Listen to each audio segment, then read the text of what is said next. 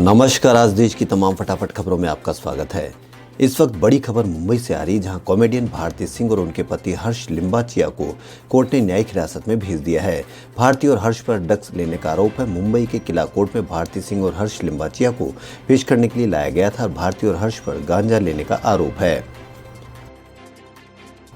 Corona virus के बढ़ते मामलों ने चिंता बढ़ा दी है। केंद्र सरकार ने इस संकट से निपटने के लिए कमर कस ली है। इसके तहत केंद्र सरकार पंजाब, छत्तीसगढ़, उत्तर प्रदेश और हिमाचल प्रदेश में कोरोना से निपटने के लिए विशेष टीमें भेज रही है। फेस्टिव सीजन के बाद भी अगर आप किसी तरह का इलेक्ट्रॉनिक या फिर घरेलू उत्पाद खरीदने का प्लान बना रहे हैं तो फिर बिना ब्याज के 15 सेकंड में आपका लोन प्रोसेस हो जाएगा, जिसे आप नो कॉस्ट EMI के तौर पर चुका सकेंगे। कंज्यूमर डिमांड में बढ़ोतरी के बाद अब कई कंपनियां भी उपभोक्ता को बाय नाउ पे लेटर का ऑप्शन दे रही है। करीब 45 साल बाद रामपुर के नवाब खानदान की 5 संपत्तियों का मूल्यांकन पूरा हो गया है। इन चल अचल संपत्तियों की कुल कीमत 26 अरब रुपए आंकी गई है। रामपुर में नवाब खानदान की अकूत संपत्ति को लेकर परिवार में लंबे समय से विवाद चल रहा था। इसे लेकर वर्ष 2019 में सुप्रीम कोर्ट ने फैसला दिया था। नवाब काजिम अली खान के अधिवक्ता संदीप सक्सेना के मुताबिक सुप्रीम कोर्ट के आदेशानुसार नवाब खानदान की संपत्ति का इस्लामी शरीयत के हिसाब से बंटवारा होना है। भारत बायोटेक की ओर से Indian council of medical research और नेशनल इंस्टीट्यूट ऑफ वायरोलॉजी के सहयोग से विकसित किया जा रहा है। भारत बायोटेक के दावे के मुताबिक कोविड-19 के खिलाफ कोवैक्सीन कम से कम 60% असरदार होगी। यह असर इससे ज़्यादा भी हो सकता है। बता दें कि कोवैक्सीन के स्टोरेज के लिए 2 से 8 डिग्री सेल्सियस तापमान की जरूरत होगी।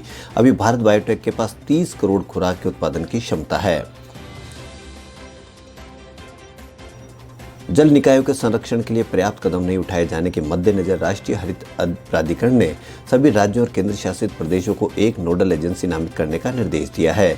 NGT ने निर्देश दिए हैं कि राज्यों और केंद्र शासित प्रदेशों के मुख्य सचिवों की देखरेख में नामित नोडल एजेंसी स्थिति का जायजा लेने के लिए 31 जनवरी 2021 तक अपनी बैठक आयोजित कर सकती है।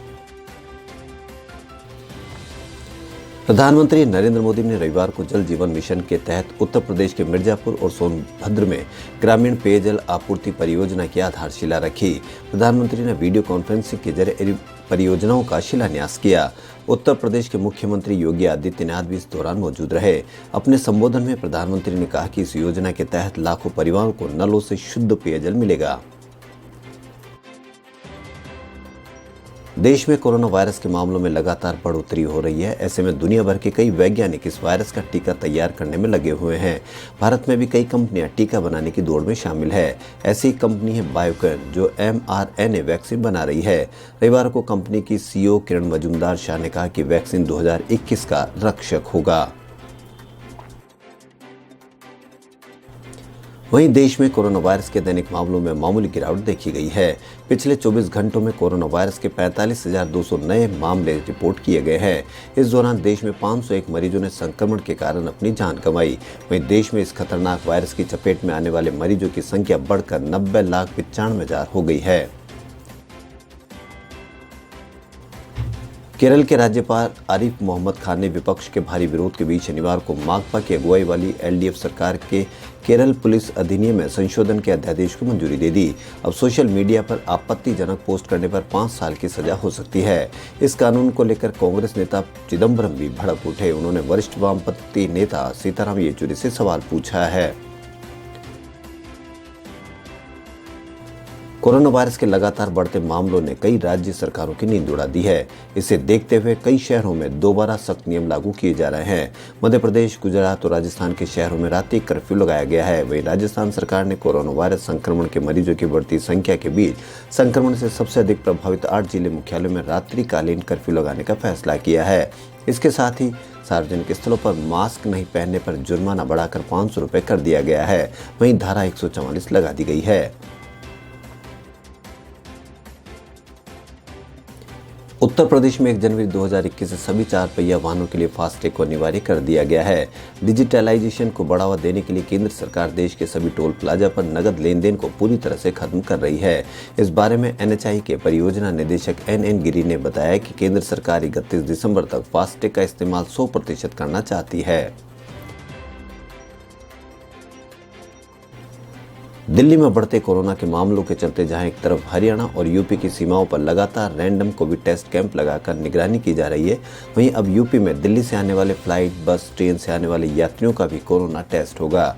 यूपी के मुख्य सचिव ने इसकी घोषणा की। इसके साथ ही उन्होंने यह भी कहा है कि आने वाले दिनों में यह भी निर्धारित हो जाएगा कि यूपी में शादी समारोह में कितने आदमी शामिल हो सकते हैं। करीब 2 दशकों में पर्यावरण संरक्षण को लेकर पैदा हुई समझ और जागरूकता के पीछे अंतर्राष्ट्रीय ख्याति प्राप्त पर्यावरणविद सुनीता नारायण का बहुत बड़ा योगदान रहा है। उनके इन्हीं प्रयासों को मान्यता प्रदान करते हुए ब्रिटेन की सिटी ऑफ एडिनबर्ग काउंसिल ने उन्हें एडिनबर्ग मेडल 2020 से सम्मानित किया है। हरित ईंधन, पर्यावरण प्रदूषण, महानगरों में दम घोटू, वायु प्रदूषण, जल प्रदूषण, ध्वनि प्रदूषण जैसे प्रदूषण से जुड़े तमाम आयामों पर सुनीता नारायण ने भारतीय समाज में चेतना लाने में अहम भूमिका अदा की है।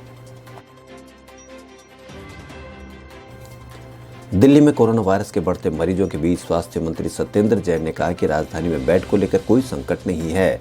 जैन ने कहा कि दिल्ली में कोरोना के आरक्षित बेड बढ़ाकर 17,292 बेड कर दिए हैं और इनमें से 7,700 बेड खाली है, जो कुल संख्या का 45% है।